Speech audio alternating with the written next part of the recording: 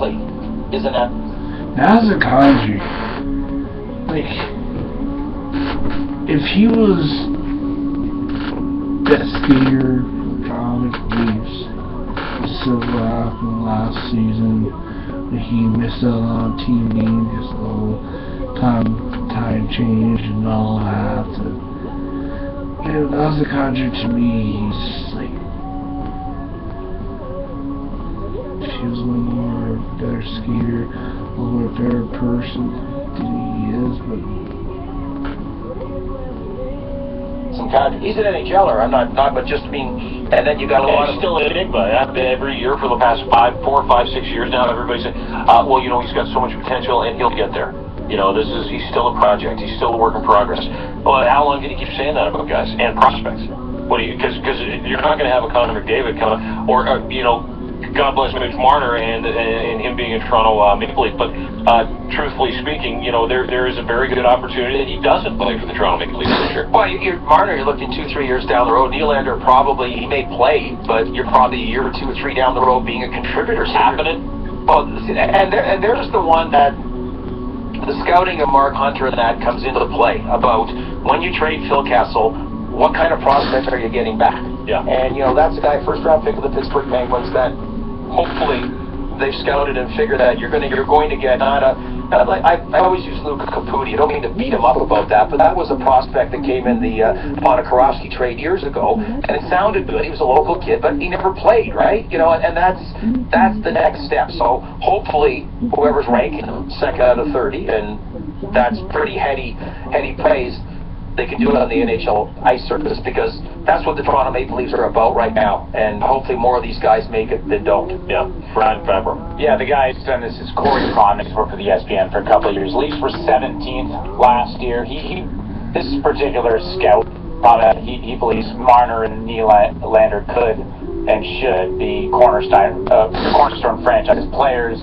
He also looks at the acquisition of Leipzig, who came over from Nashville. It's hopefully that dynamic path. And Connor Brown has actually really gone up in a lot of people's eyes over the last year, and the acquisition of Kapanen. So who knows, right? But it's exciting to hear as a Leaf fan, because you rarely hear that about. Well, I don't know how much is exciting, but it's all you got. So hopefully someone ranking them second. I mean, you got a team that your stars this year are Lou Lamoriello and Mike Babcock.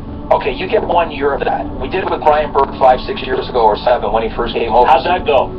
Well, it had its ups and downs. Put it that way. It was fun. It was entertaining. But you must be friends with Brian. Oh, I'm friends with Brian. But I just say, but the problem the next year, Luke Schenn was the face of the franchise far before he was. He should have been. How'd that go? Not very good. Yeah, okay. No. Next year it's going to be a player. That's the face of the franchise. Well, you'd hope so. Let me throw some names at you. I want to get your give me like a quick 1-2 thing here when it comes to some of these guys. Connor Brown, the aforementioned Connor Brown. Will he play? Yes. Okay. Brendan Leipzig. Don't know. Played well in the AHL. Nice, good pickup from Nashville though. Scott Harrington. That's a big question. Quality kid. And, played the World Junior team, and that one's the big question mark. I hope he can play. Kasperi Kapanen. Gotta play. Gotta dance, gotta play. You make that trade. May suck, but you gotta play. Gotta get him in. Jeremy Bracco. Interesting. That's one of those lesser names, outside chance. Mitch Marner.